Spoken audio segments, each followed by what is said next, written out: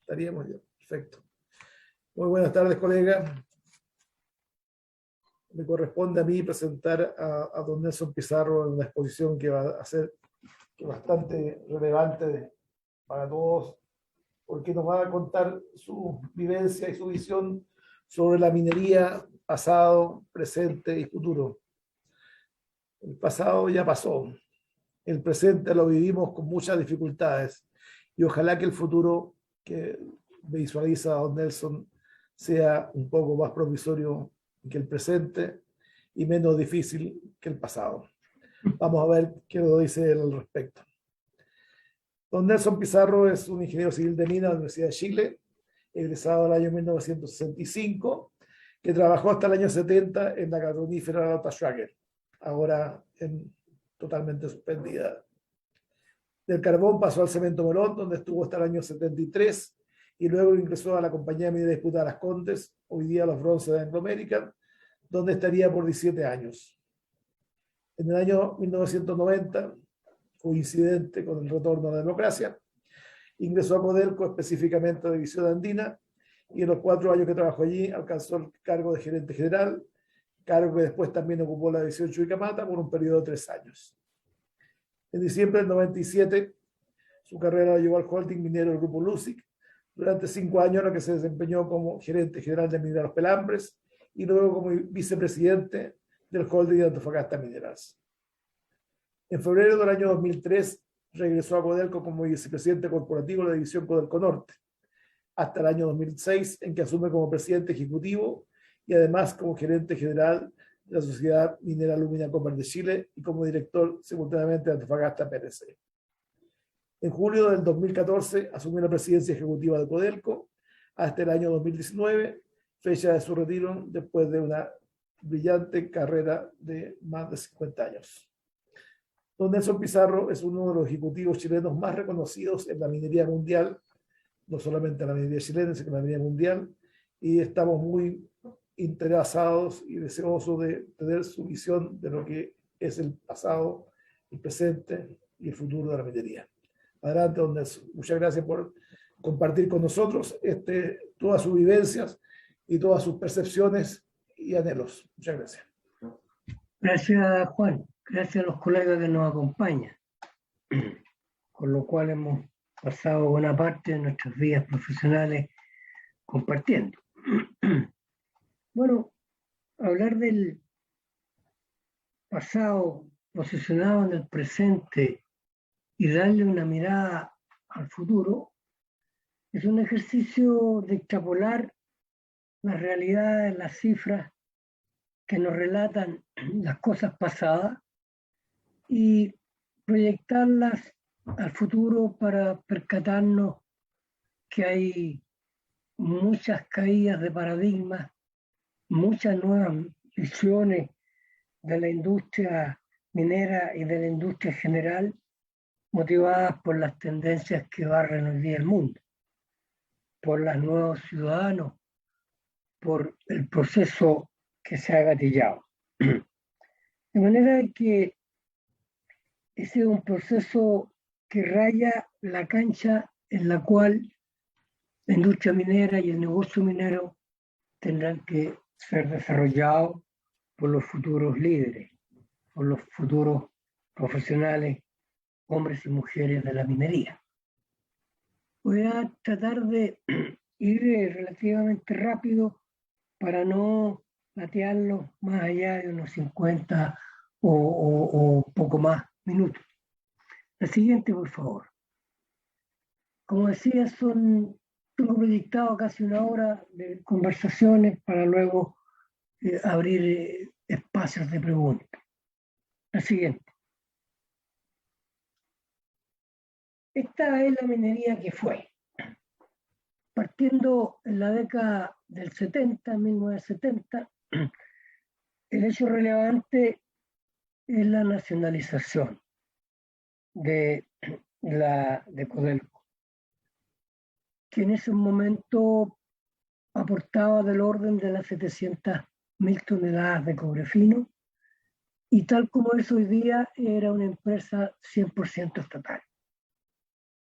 Una década más tarde viene un proceso de apertura gatillado por el decreto ley 600 que permite rápidamente elevar la producción a 1.100.000 toneladas, generando condiciones para la inversión, estabilidad fundamentalmente, yo diría, lo que se va a traducir en un ritmo de crecimiento bastante mayor y gatilla un crecimiento notable en las siguientes décadas.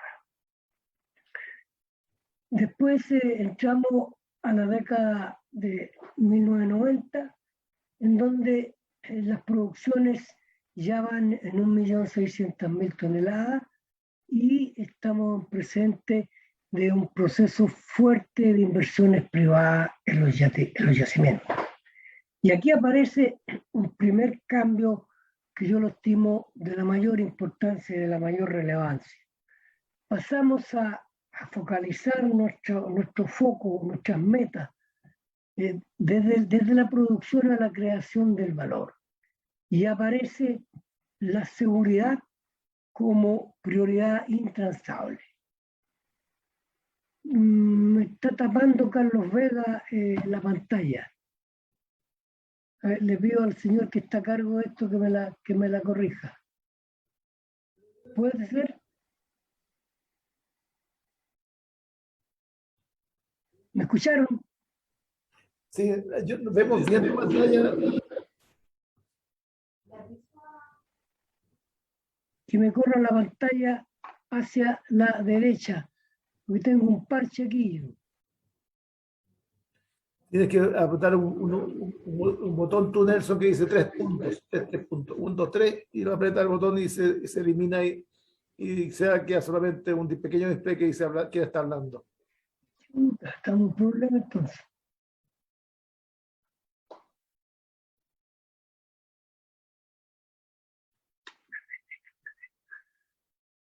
Ya, ahí está. Seguimos. Gracias.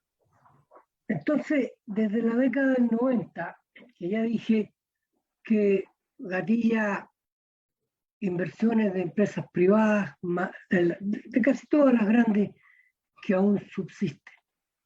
Y cambiamos entonces nuestro foco de las metas de producción a las metas de creación de valor. Y aparece la seguridad industrial, la seguridad de nuestra gente como un pilar de toda la gestión. Empiezan a aparecer la influencia de las comunidades también. Finalmente entramos en la década del 2000 y hemos puesto acá esta década como la década en que se logra una asíntota. Y desde aquellos años las producciones, los crecimientos de las producciones son prácticamente marginales. Una vez que se logra la producción del país en torno a los 5.700.000 toneladas de cobre fino. Entonces, esta secuencia de la nacionalización, de la apertura con el decreto del 600, con el proceso inversional poderoso y gatillador de grandes inversiones, la estabilidad del país los atraía. Llegamos entonces finalmente a valores de 5.700.000 toneladas y ahí nos hemos de alguna manera estancado. Hemos entrado a una asíntota que yo la estimo bastante peligrosa. Y eso principalmente porque las variables mineras decaen, vienen las regulaciones que aumentan, se producen importantes productividad a la baja y obviamente los costos al alza. La siguiente. Aunque parezca obvio, la pregunta que surge, estamos entonces en un presente complejo. La siguiente. Yo creo que sin duda estamos en una visión para la industria muy compleja. Pero por otro lado, no hay duda que la minería sigue siendo extraordinariamente relevante e importante. Las inversiones, tanto en Codelco como en las grandes mineras, salen nuevamente a relucir, 61 millones de dólares. La recaudación fiscal del cobre se dispara con el precio de los $4 la libra. El precio del cobre rompe esa barrera y se prevé más inversiones mineras e ingresos para el año fiscal 2021 y probablemente 2022. El cobre, sin embargo, pasa de ser la viga maestra a un potente motor de la actividad económica chilena. Definitivamente hemos perdido participación en el PIB, pero seguimos siendo sin duda, sin la menor duda, uno de los motores más poderosos que empujan la economía del país. La siguiente. La pregunta que debemos hacernos es, ¿somos competitivos? Esta producción asintótica ha impactado la productividad importantemente y eso ha arrastrado consigo un alza en los costos, que llegamos a entrar al tercer cuartil de costos para en los últimos años caer y finalmente al final del periodo vuelve a surgir el incremento de los costos. La gráfica final muestra la caída de todas las actividades de cobre del mundo, con valores que son extraordinariamente relevantes. Hoy día el promedio debe ser levemente al punto 63. No existen, o existen muy pocas, si es que existe una faena importante con leyes de cobre superiores al 1%. Esto ha ocurrido en las grandes faenas, ha ocurrido en Escondida.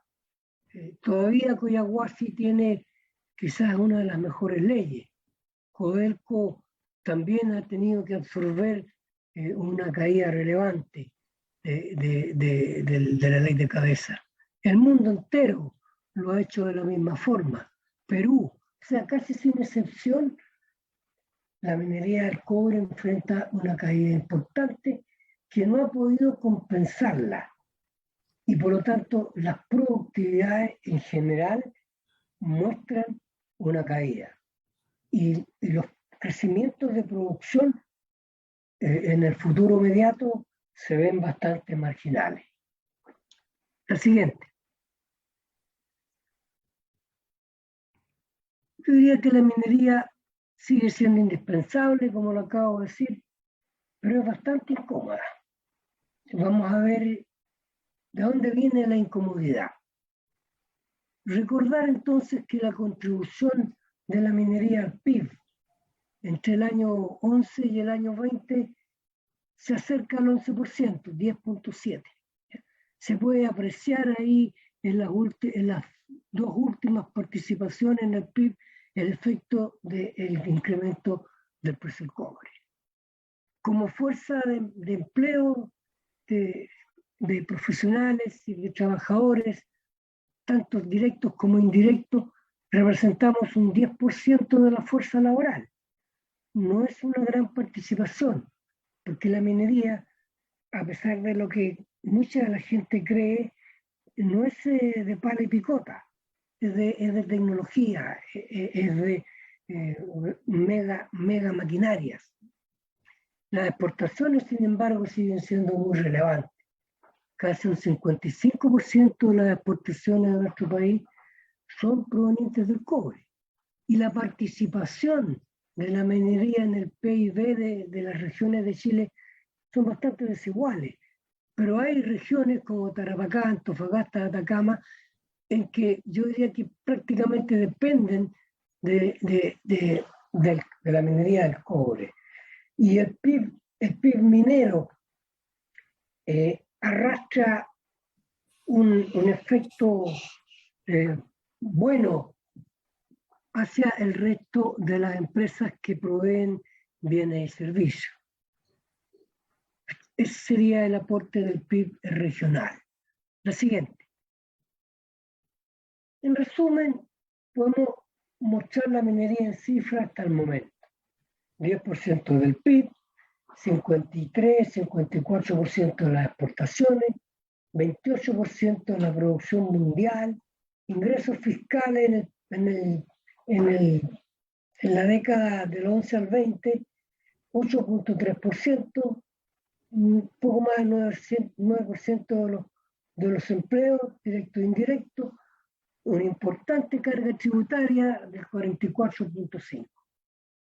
Proyectos en ejecución, 27.000 millones de dólares, con prácticamente 8.000 trabajadores en la etapa de construcción y del orden de las 5.500 a 6.000 personas en el trabajo.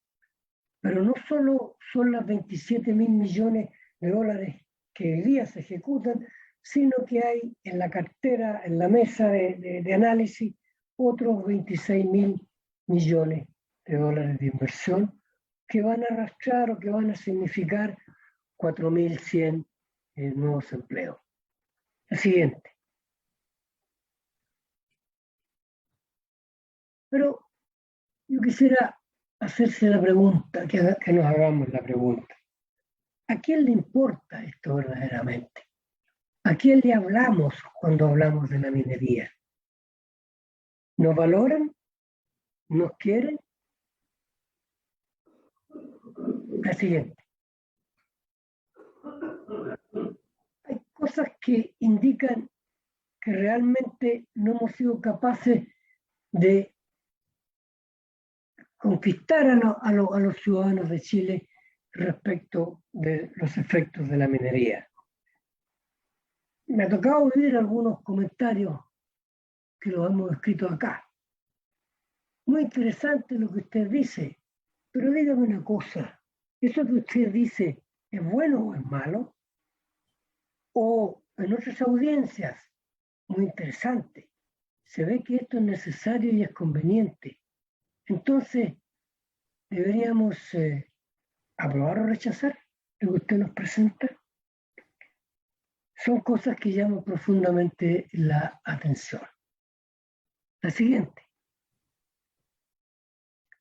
El país sin duda creció junto con la minería. La pregunta es cómo ese crecimiento se ha manifestado en desarrollo. Veamos cifras. El nivel de pobreza del año 1990 al año 2020 se reduce casi a la cuarta parte, de un 38.6% a un 10.8%.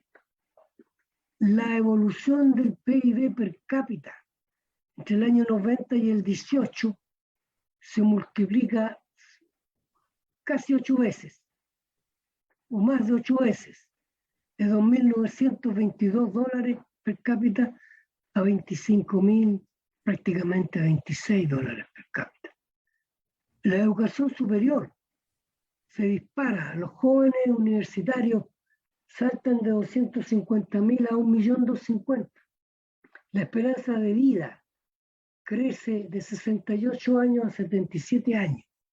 Obviamente, indiscutiblemente, esto fue un crecimiento notable que nos hizo ilusionarnos que podríamos dar el paso a un país desarrollado. La siguiente. Pero veamos la sociedad que hoy día tenemos. ¿Por qué existe una visión crítica a la minería? ¿Quiénes son los que nos miran? Nos miran los jóvenes de 35 años en la pantalla de su celular. El 50% de estos jóvenes que nacieron del 1986 en adelante son mucho más educados, son mucho más conectados digitalmente, son mucho más individualistas, menos interesados en lo público. 1 de 2 votan. más contentos consigo mismos, pero desencantados del entorno y de sus instituciones, más confiados en sus recursos, pero súper, hipercríticos, sin pasado, aparentemente sin proyección al futuro, sin temor al conflicto. El conflicto les resulta rentable, son verdes, son ecologistas, son partisanos. Se agrupan en burbujas que se desconectan más allá de su círculo muy cercano. Tienen un déficit de empatía. Esa es la sociedad que hoy día estamos viviendo. Ahora, la siguiente. Son tiempos complejos, que duda cabe. Esta sociedad compleja y diversificada, con ciudadanos críticos, fiscalizadores de las conductas de las autoridades, basada en economías globalizadas e integrada en los mercados internacionales, requiere, para poder salir de esta situación, para poder retomar el crecimiento, requiere que aprendamos a confiarnos entre las personas. ¿Cómo nos relacionamos entre ellos? Los bajos niveles de confianza es un rasgo permanente del chileno, que no ha cambiado en 25 años. Obviamente esta es una característica negativa de la manera como funciona nuestra sociedad. Pero yo diría que no es solo Chile. América Latina tiene un 9% de confianza, desconfianza el 90%, el promedio del resto del mundo, 29%, Europa Central, 49% de desconfianza, 49% de confianza. Los países nórdicos, miren la diferencia, siempre nos estamos comparando con los países nórdicos, como modelo, como aspiración. 70% de confianza, 28% de desconfianza. La gráfica de abajo muestra que Chile desde décadas a la fecha ha tenido siempre este nivel de desconfianza. Y eso complejiza abordar planes, programas, aunar voluntades para salir de la situación en que estamos. Siguiente. Estas son percepciones o en algunos casos quizás realidades que nos complican. La consulta para quién se gobierna, claramente se piensa que se gobierna para las élites, para la gente de mayor capital o bienes. Y esto se viene al suelo en el año 20, en que la gente de menores recursos definitivamente no cree que los gobiernos gobiernen para ellos, sino que exclusivamente para las élites. Esta es una percepción, o en algunos casos una realidad, que nos complica enormemente. La siguiente. Y entonces, frente a esta situación tan difícil, tan compleja, tan amenazante, la reacción biológica mandada por nuestro cerebro es huir y no enfrentarla. Por lo tanto, el enfrentar una condición tan compleja es un cambio gigantesco, pero es un cambio lento, que va a tomar mucho tiempo y que en ese tiempo tenemos que desarrollar la resiliencia y la decisión de seguir persiguiendo cambiar esta condición. La siguiente. Y veamos entonces qué piensan nuestros shareholders y cuál es el estatus social de nuestra minería. Los shareholders creo que se hacen la pregunta, ¿las normas que nos regulan son las vigentes, son las que deben ser? ¿Están validadas por quienes conviven con la minería? por los que viven y conocen y cuestionan la minería a través de un celular. La visión de futuro de los últimos años cambió el piso. La gente de la extrema pobreza y de la pobreza dio un salto, llegó a un nivel definitivamente mejor que el histórico, pero el impulso de seguir avanzando para salir de la zona complicada les demostró que el techo estaba demasiado cerca del piso. Y por lo tanto, el país progresó, pero la gente no está feliz. La gente tiene un profundo malestar. El crecimiento llegó, pero la desigualdad no se fue. Y las dudas sobre la posibilidad de esos padres de familia de mantener el estándar logrado y avanzado, no fue posible sustentarlo. Y se instala nuestra desconfianza que ya está en el ADN. No se confía en los demás. Nos escuchamos entre burbujas. No conocemos al otro. Y se instala la exigencia de nuevo futuro. Y ahí nos enfrentamos con la reacción biológica de huir y de no enfrentar o de creer que el cambio se hace en el corto plazo. Y el malestar se personaliza contra las élites. La demanda de los cambios se dispara. Claridad en lo que no se quiere. La mitad de estos chilenos de menos de 35 años la llevan. La siguiente.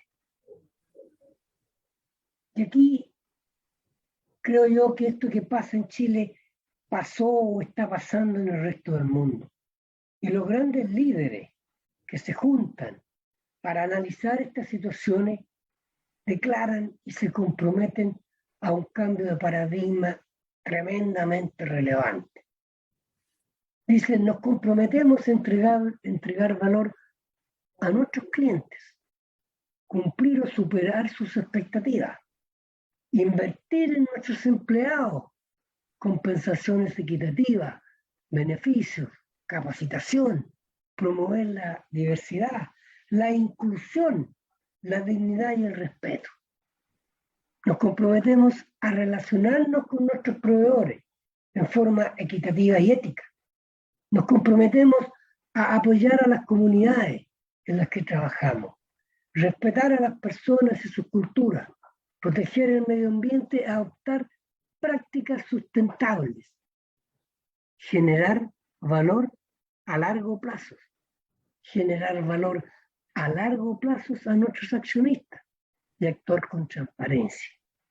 La utilidad es el resultado y no el objetivo de la empresa. Jack Welch, el famosísimo CEO de la General Electric, que multiplicó por 40 la creación del valor.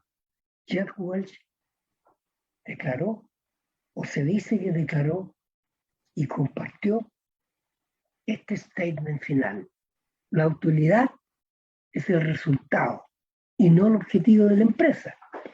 Hay que manejar las empresas mineras y las empresas en general con luces altas, porque el foco único y exclusivo en la creación del valor al inversionista lleva a decisiones de corto plazo, lleva a focalizar el reparto de utilidades al fin del año contable que se está viviendo. Y no necesariamente ese enfoque es el que corresponde para mirar la empresa en el largo plazo. Y no necesariamente para que la empresa tenga esta visión que la declaran los principales líderes de las empresas del mundo. La siguiente. Y en minería, ¿qué pasa? Bueno, hay minerías duras que las conocemos todos, pero ojo, hay nuevos elementos a considerar en la búsqueda de estas nuevas tendencias de la minería. Todos sabemos y todos hemos visto y todos hemos cuantificado el impacto tremendo de la menor caída de la ley, la escasez del agua, la incorporación de nuevas tecnologías pareciera ser la herramienta más urgente y más demandante de utilizarla. Pero eso significa un cambio. Y ya vemos que los cambios no son rápidos ni inmediatos. El modelo de negocio sustentable, el nuevo estándar en los perfiles laborales, la competición por el talento, el fin del superciclo y la alta volatilidad. A todos ellos que conocemos y que estamos trabajando en la minería, aparece el concepto del COVID, del teletrabajo, que es un cambio cultural importante. Y los shareholders, las nuevas generaciones, las nuevas demandas, la desconfianza, el marco de la sociedad, la digitalización que quiere y requiere nuevos perfiles para poder gestionar estos recursos de menor valor intrínseco y ser capaces de transformarlos en reserva, con el cumplimiento de todos estos nuevos elementos que constituyen el sustrato de la nueva minería. La siguiente. El COVID pudo enfrentarse magníficamente, sorprendentemente bien por nuestra minería. Creemos que es porque la minería tenía un pilar de su gestión que nace con la catástrofe del humo del Teniente en la década del 50, en donde empieza a relevarse la seguridad de las personas, la aptitud laboral, la salud ocupacional, con algunos errores conceptuales que se van resolviendo y corrigiendo en el tiempo. Pero la minería tiene costumbre de adaptarse a las nuevas contingencias que van surgiendo en el macizo minero y se adapta y se reorganiza. La matriz de riesgo que se lleva a cabo está intrínsecamente colocada en el ADN de los mineros, de los directorios. El riesgo es la característica que define al cerro, el cual, como yo repito siempre, es heterogéneo y es anisótropo, y nos sorprende constante y permanentemente con un cambio de las características geominero-metalúrgicas, impactando todo el proceso agua abajo. El COVID nos exige mirar más allá de los límites del negocio, más allá de la relación con nuestros proveedores, más allá de lo que hemos hecho con la comunidad, cómo nos hemos relacionado con la autoridad. El teletrabajo que por mucho tiempo estaba la tecnología, la transmisión de datos por la fibra óptica tiene años. Sin embargo, la minería es quizás la empresa más tardía en empezar a utilizarla con una manera tal que facilita la remotización y la robotización, que incorpora flexibilidad y potencia las capacidades adaptativas de las organizaciones. Claro que desafía la construcción de equipos de trabajo.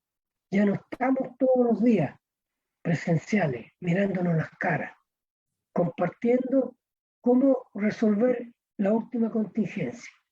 Se reconfigura la cultura, sin duda.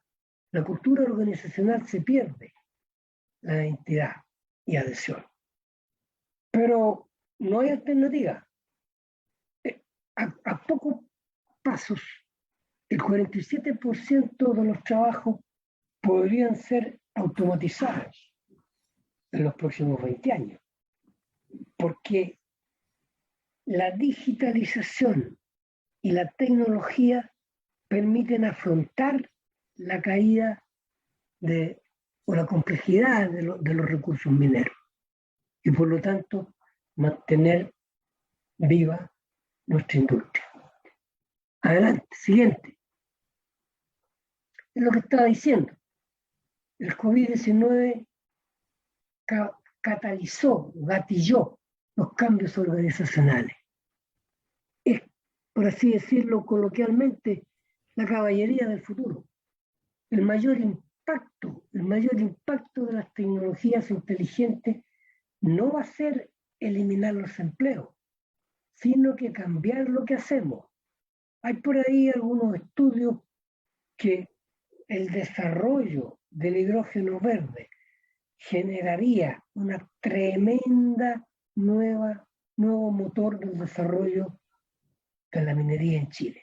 ¿Por qué en Chile? Porque en Chile tenemos la mayor fuente de energía solar en el norte y la mayor fuente de energía eólica en el sur. Y eso va a generar una industria, no solamente para la minería, para muchas otras industrias, generando entre 300 y 500 mil empleos. Claro que no es de la noche a la mañana. Claro que hay grandes, o yo diría, importantes inversiones que realizar. Pero está ahí y está para llegarse. Y para que la utilicemos con inteligencia, con voluntad y con perseverancia. La siguiente.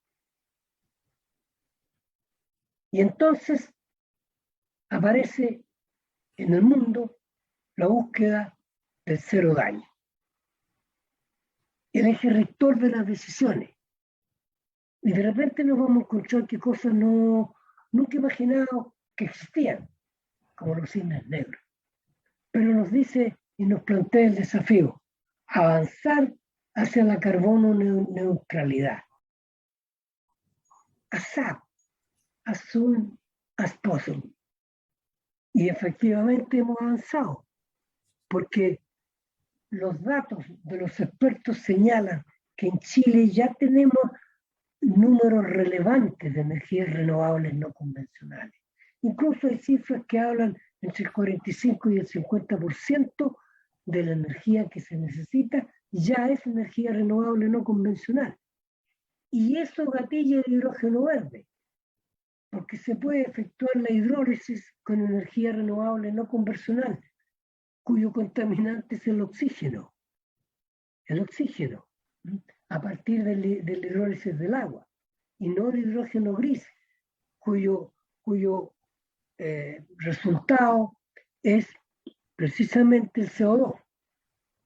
La crisis hidráulica, ya tenemos también avances relevantes y la urgencia y la presión es tremenda. Hay algunas faenas que han debido ralentizar sus operaciones, porque ya los acuíferos no dan, no es una fuente sustentable en el mediano y largo plazo o en el inmediato corto plazo para satisfacer los índices de consumo del agua, que también han presentado mejoras relevantes, muy importantes. El desarrollo territorial, económico, educación, todo cambia, el compromiso ético y la legitimidad social. Y me quiero parar en este concepto. Empezamos siendo percibidos como buenos vecinos. Después dijimos algo que buscábamos la aceptación, pero la búsqueda de la aceptación no fue como buena herramienta. La verdadera licencia social es el consenso de la comunidad gratuito de que la industria minera o de la industria que llegue a su comunidad es buena para ellos, es buena para todos. No es consecuencia de mitigar con recursos.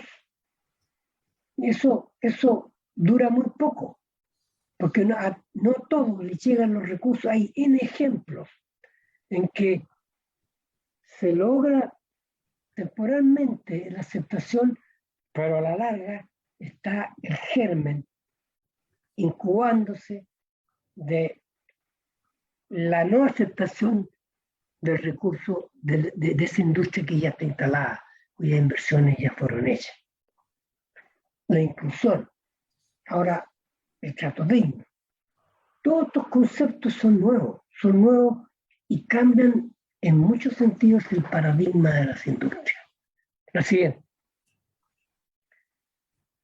¿Qué viene? ¿Qué viene por delante? Veamos. La siguiente. Bueno, aquí hay dos alternativas. O miramos en el catalejo de la niña y somos optimistas. O ese mismo catalejo y esa misma niña nos da una visión del pesimismo.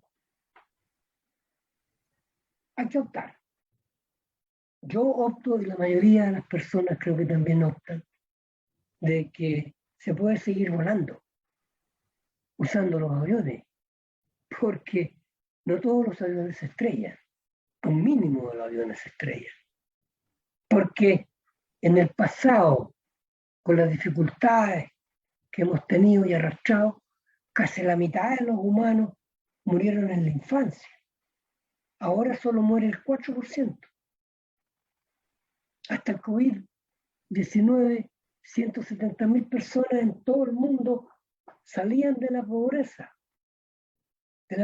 extrema todos los días. A su vez que otras 325.000 personas tenían electricidad cada día. 200.000 personas lograban tener acceso a la.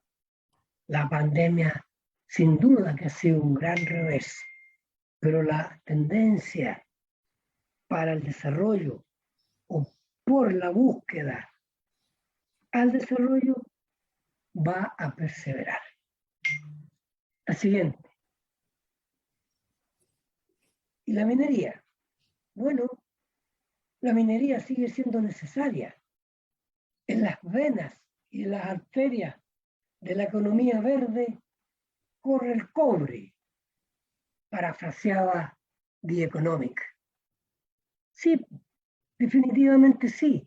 El cobre, el desarrollo necesita cobre, pero no el cobre gris, sino el cobre verde, el que soporta la trazabilidad del usuario final, el que pregunta por la generación de gases invernaderos, el que pregunta por los impactos en la comunidad, el que pregunta cuántos niños están trabajando en su industria, cuál es el índice de fatalidad, cuál es el índice de morbilidad.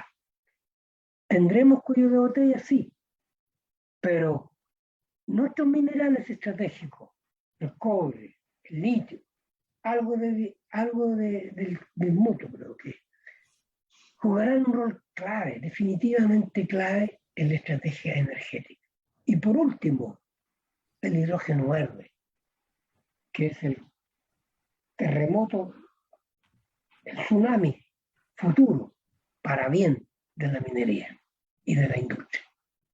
La siguiente. Bueno, ya la industria consciente de esto ya se está planteando metas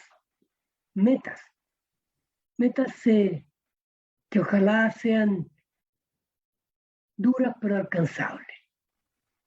Y las metas para nuestra industria son duras, porque el 78% de las emisiones las produce el sector de la energía y nosotros somos unos potentes consumidores de energía y de combustible. Y nosotros usamos muchos terajoule de energía y de combustible. Y ahí hay un foco de atención para avanzar tanto cuanto sea posible a la velocidad máxima razonable para entrar a sustituir esos combustibles de orígenes fósiles y esa energía generada a partir de esos combustibles fósiles. Y ahí estamos más avanzados que en lo anterior. Las energías renovables no convencionales son lo que hace flotar y lo que va a gatillar la producción de hidrógeno verde. Y eso es una industria de la magnitud de lo que es el cobre para Chile, De ese orden estamos hablando. El hidrógeno verde en minería nos va a acercar a la carbono neutralidad. Debemos pasar de los sueños y de las metas que alguien escribe a la ingeniería, a aterrizar, a buscar e identificar los KPI, a poner nuestros mejores talentos con convenios, con contratos, con los mejores centros de innovación, a trabajar y aumentar el conocimiento que este país requiere para que comience a aprovechar la riqueza que significa el sol del norte grande, el viento del extremo sur. Bien por Angloamérica, bien por Angloamérica. Angloamérica fue el primero que unió la generación de energías renovables no convencionales, de placas eléctricas flotando sobre el agua sobrenadante del relave, con la energía renovable y de esa manera generar combustible sano para alguna maquinaria pequeña. Es un ejemplo de boutique, ¿eh? Pero es un ejemplo que se puede lograr, que se puede hacer, y que con prudencia, resiliencia, perseverancia y profesionalismo podemos llevarlo, ampliarlo a niveles tales que muevan la aguja de la industria minera. La siguiente. Claro, nosotros sabemos transformar la roca en cobre fino. Ya lo dije. ¿Pero lo podemos hacer haciendo lo mismo de siempre? Definitivamente no. Estas son transformaciones con el tiempo. Las esperas van a ser largas, pero tenemos nuevas herramientas de gestión. En la medida que pongamos foco en las personas y en las comunidades, que volvamos a insistir en la sustentabilidad como el eje rector de nuestras decisiones, que tengamos presente lo que la sociedad nos exige: el cobre trazable, sostenible. La sociedad nos pide transparencia, de la transacción a la inclusión, la dignidad y el respeto hacia las comunidades. Un eje que se tiene que transformar en tan trazable como nuestra cultura de la seguridad, del respeto y de la salud ocupacional y actitud laboral de nuestra gente. Es lo que los accionistas demandan. La siguiente. Bueno, a ver, conversemos un poco sobre esto, reflexionemos un poco sobre esto. La siguiente. ¿Cuáles son nuestros desafíos? Nada menos que los que están acá y hemos elegido quizá el que está más cerca de nuestra alma minera, la ley de cabeza. Considerando solamente la tendencia en la caída en las leyes, los costos podrían crecer entre 25 y 40 centavos de dólar la libra para el año 2040, de 219 centavos a valores 219 más 43. Estos valores tendrían un impacto tremendo en los resultados. Si además se anticipa la disminución de los descubrimientos, como parece ser, de los megayacimientos. No hay descubrimientos, por lo menos en Chile, de megayacimientos.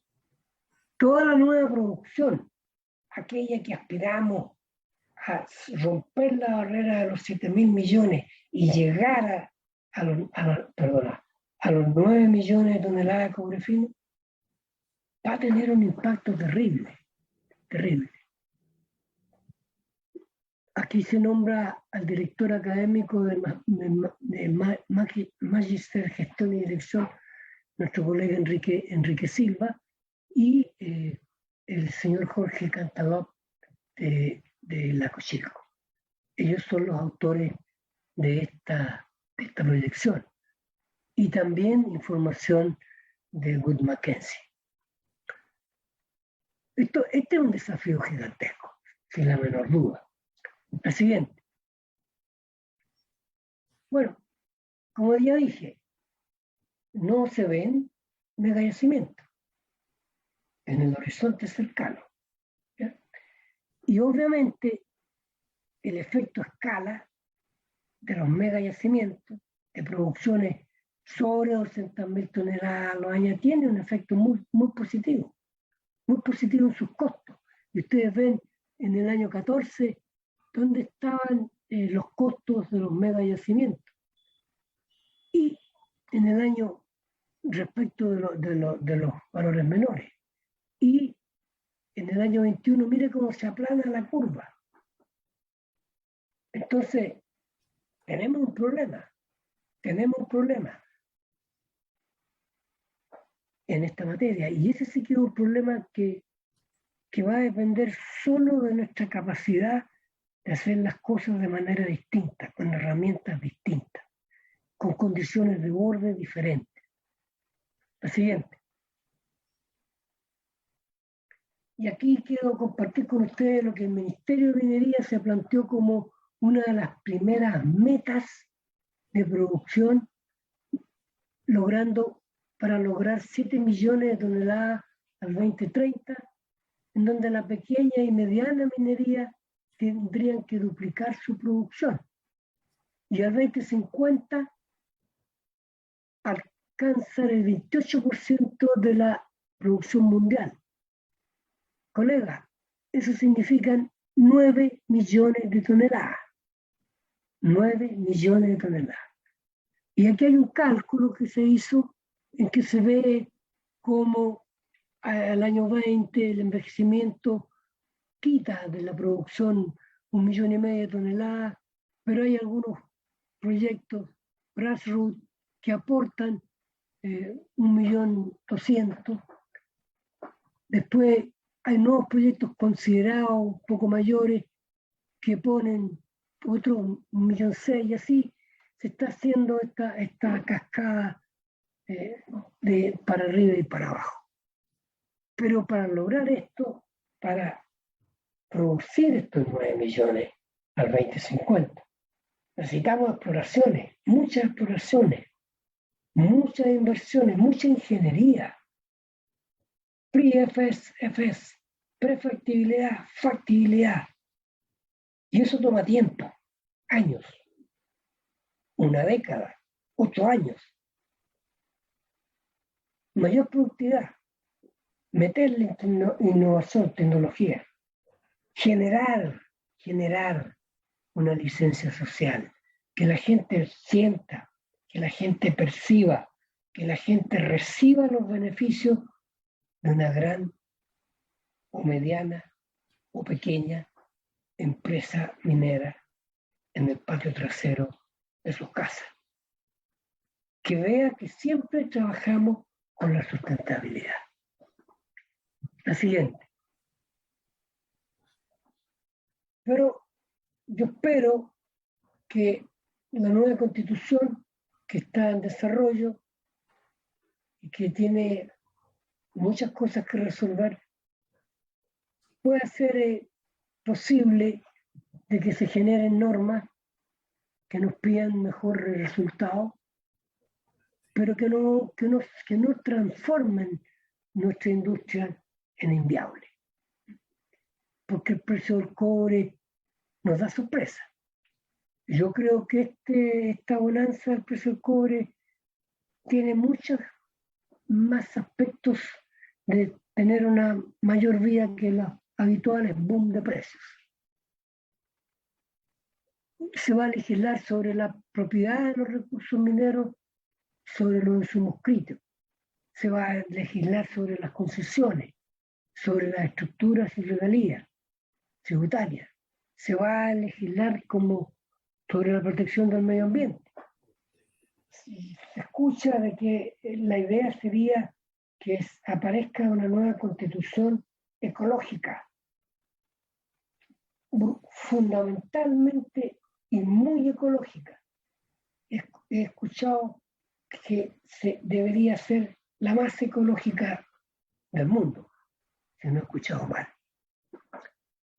La siguiente. En resumen, ¿el mundo necesita minería? Sí, claro que necesita minería. Pero no es la minería que hemos hecho hasta ahora. Porque hay muchos aspectos técnicos que resolver. Eso es lo que a nosotros, los ingenieros en general y los ingenieros de mina, estamos acostumbrados a enfrentar. Yo diría que es lo menos complejo o lo más fácil de comprender y de abordar por nosotros. Ya más difícil, ya más blando, urge ampliar nuestras conversaciones hacia aquellos mundos que conviven con la minería, o sea, abrir la barrera de entrada al complejo minero, salir del Vaticano, salir de conversar entre nosotros, abrir las puertas a los científicos, a los innovadores, a los proveedores, que nos provean herramientas para transformar los recursos en reserva. Escuchar a las ONG, a las organizaciones sociales, a las comunidades, a los pueblos originarios, para generar un mundo regulatorio equilibrado entre la protección del entorno y el desarrollo.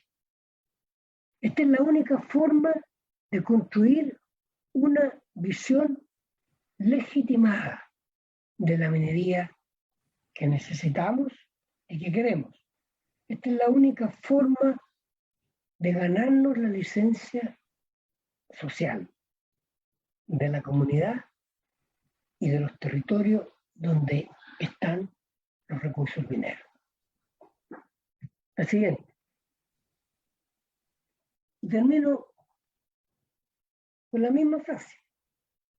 La utilidad es el resultado y no es el objetivo de la empresa, no es el único objetivo de la empresa. Tenemos que cumplir las promesas que los grandes CEOs, las empresas mineras y seguramente no mineras, o principalmente cualquier empresa grande, entiende que son las reglas del juego para desarrollar la gestión en este momento. La siguiente. Resumo. Sin sustentabilidad no hay minería.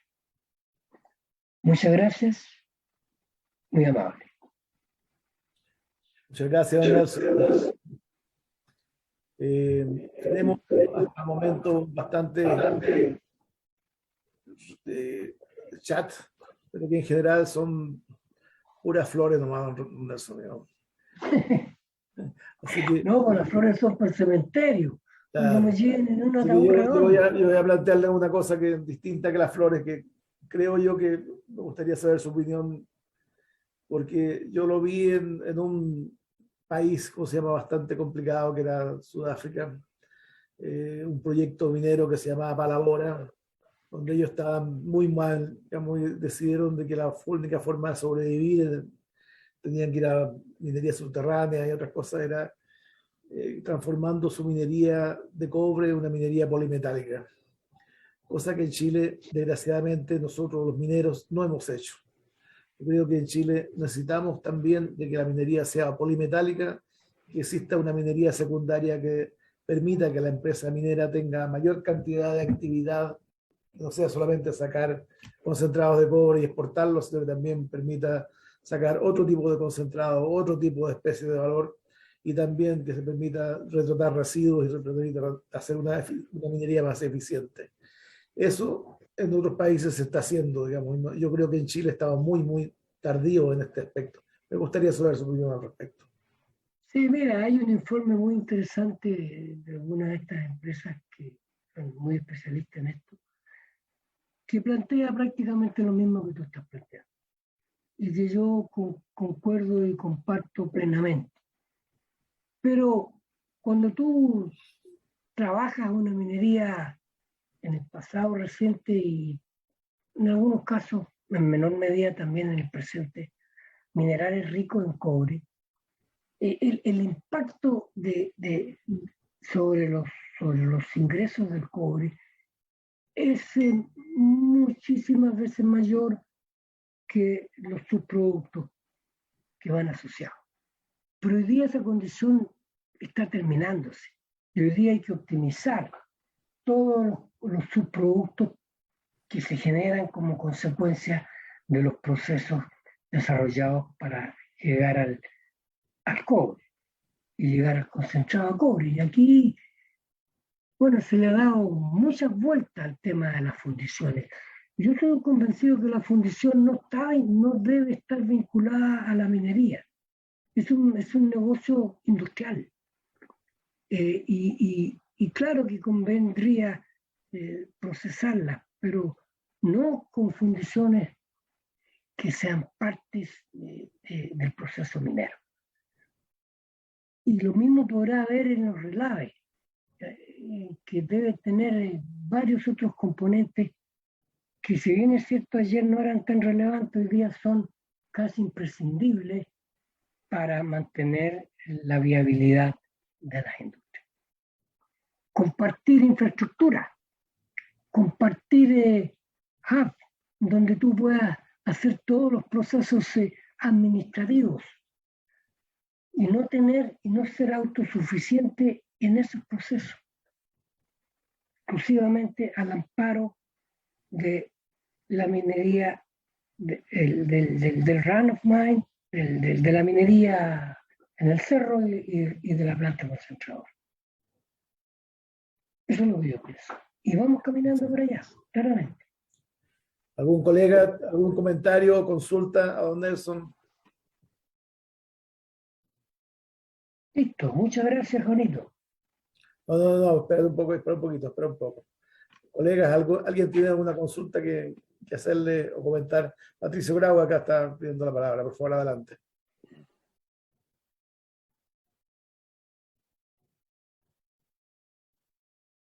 Denle, por favor, el paso a Patricio Grau porque puede hablar.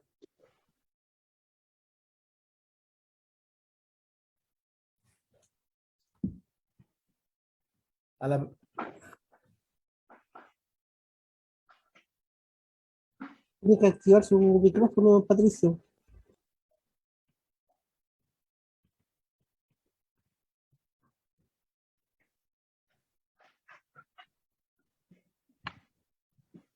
No, se perdió. Tengo acá una consulta llegada por chat de doña Susana González. La pregunta es, ¿la minería chilena soporta más carga tributaria?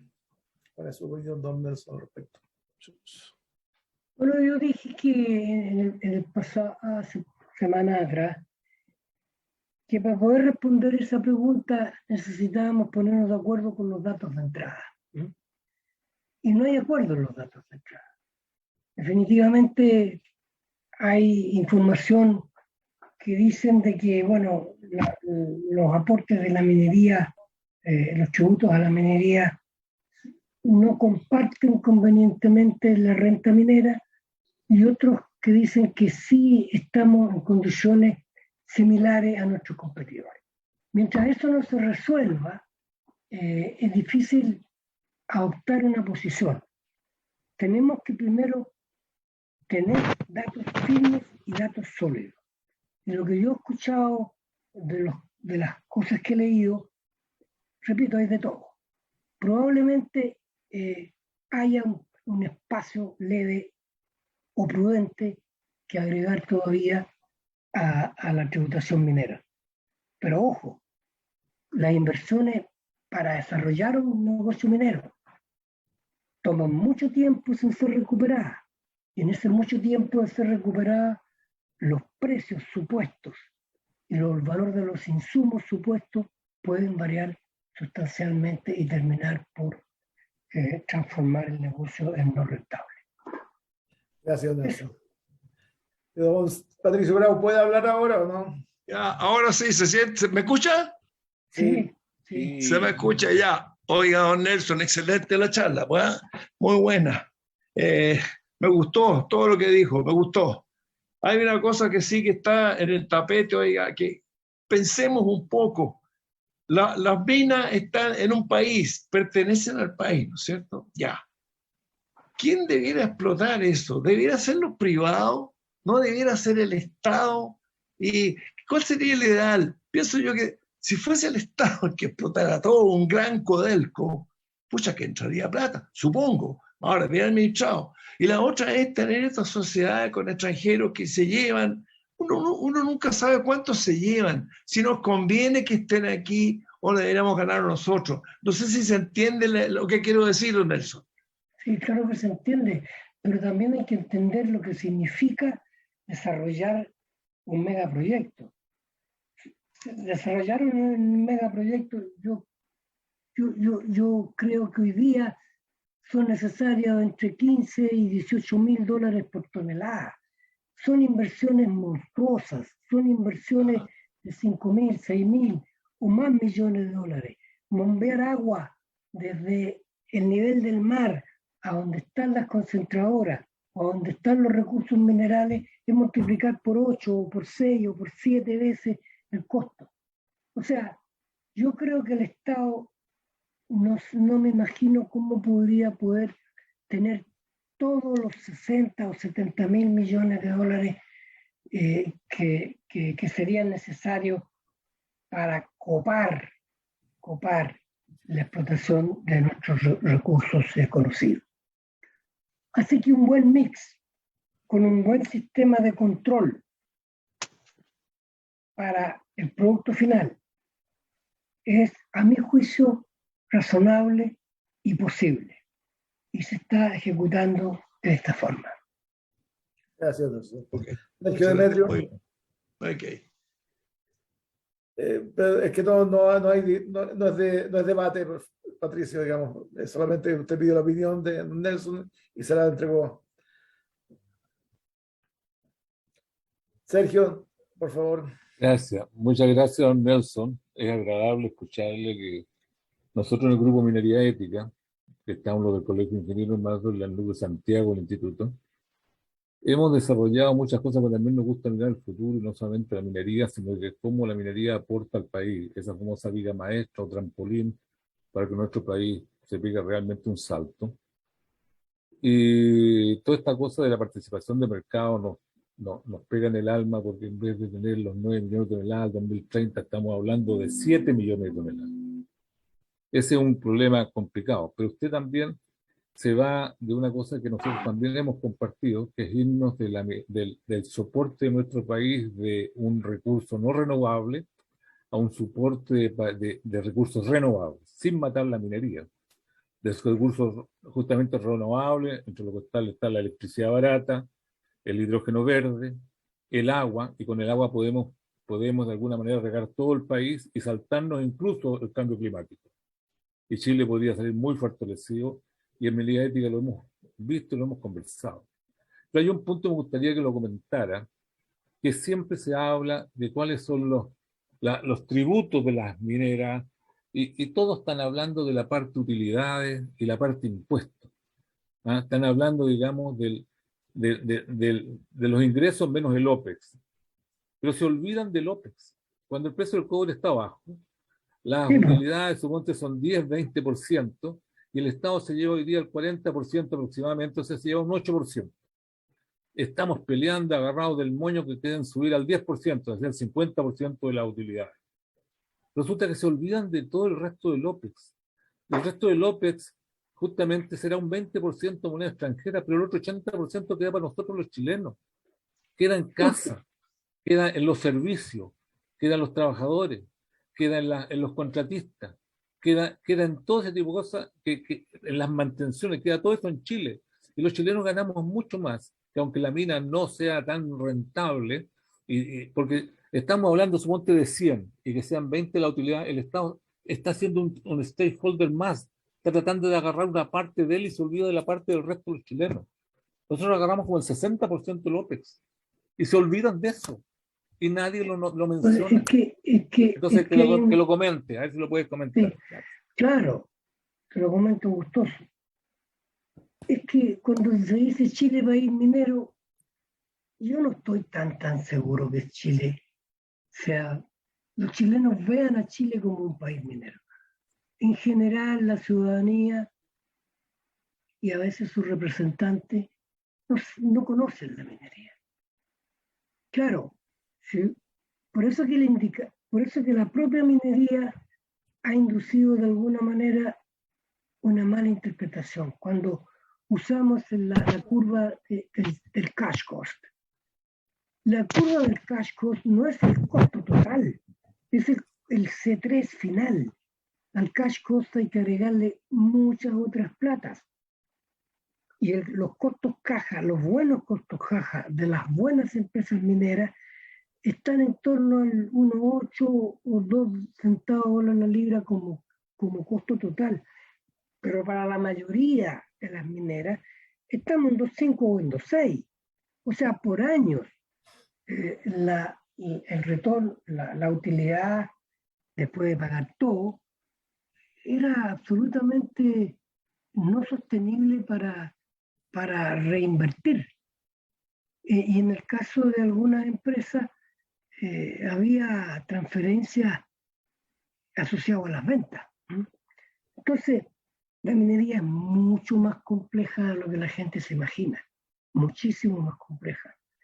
Pero la minería es tremendamente útil para el país, para su desarrollo. Sin embargo, la sociedad nos raya la cancha. Y el desafío entonces es no perder el impulso, hacernos cargo de todas las penurias que nos presenta el macizo rocoso. Cómo minimizar la relación estéril-mineral, cómo minimizar el impacto del polvo. Bueno, hagamos una minería subterránea. Y las minerías subterráneas nunca superaron o fueron minerías subterráneas medianas o medianamente grandes. Ahora el mundo se está atreviendo a desarrollar minerías masivas subterráneas para poder efectivamente buscarle el acomodo a los costos totales. El operador, por otro lado, nosotros que fuimos operador durante casi toda una vida, ¿qué nos interesaba fundamentalmente hace 10 o 15 años atrás? Que los tarros giraran, que nunca pararan. Y entonces teníamos bodegas llenas de repuestos, que la gran mayoría de ellas no se usaban nunca. Pero, just in case, ¿qué pasa si se nos rompe una corona? Nos demoramos 6 meses en parar el molino. Tengamos una corona de repuesto que muchas veces nunca se usó. Y a los pocos tiempos venían los expertos y nos decían, esto hay que darlo todo de baja al 10% del valor de compra. O sea, siempre el minero busca las holguras para mantener el cerro andando, porque ese es el paradigma natural. Pero hemos estado trabajando durante décadas en cambiar ese switch. Cuando empezamos a reprocesar un relave o reprocesar una pila lixiviada, hacemos N cosas y logramos sacarle algo más. Y yo me acuerdo, y esto es una evidencia personal, la respuesta que me dio el gerente de ese reprocesamiento, el tipo estaba feliz. El tipo decía, la estamos rompiendo, porque estamos generando X catos adicionales. Le estamos sacando el jugo. Bueno, ¿y cuál es la diferencia entre el costo de operación y el costo final de este año? No lo sabía. No estaba en su radar. Él no trabajaba para eso. Entonces, las cosas han ido pasando de esa manera, de la producción al costo a la creación del valor, de la creación de valor a la mirada completa, al cliente en primer lugar, a la gente propia, a la comunidad y obviamente al accionista. Entonces, la minería, la gente no sabe el nivel de complejidad que tiene. No lo sabe, cree que es tirar y abrazarse. La minería se encerró y no compartió sus éxitos y sus dificultades con el resto del mundo, con el resto de los ciudadanos. La ciudadanía ve al trabajador minero como un privilegiado, ve a sus ejecutivos como unos desaforados por lo que cobran. La ciudadanía ve que sus calles se inundan de camionetas rojas, la minería, que complejizan movilizarse. La minería, el ciudadano ve que en las ciudades donde se desarrolla la minería, los precios suben, las casas se tornan imposibles, las culturas se ven amargadas.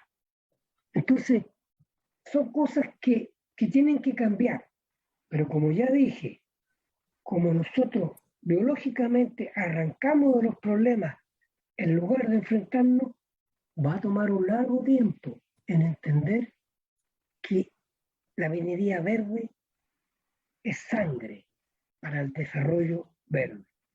Y el desarrollo verde es el mandato de los jóvenes y de los adultos maduros menores del mundo.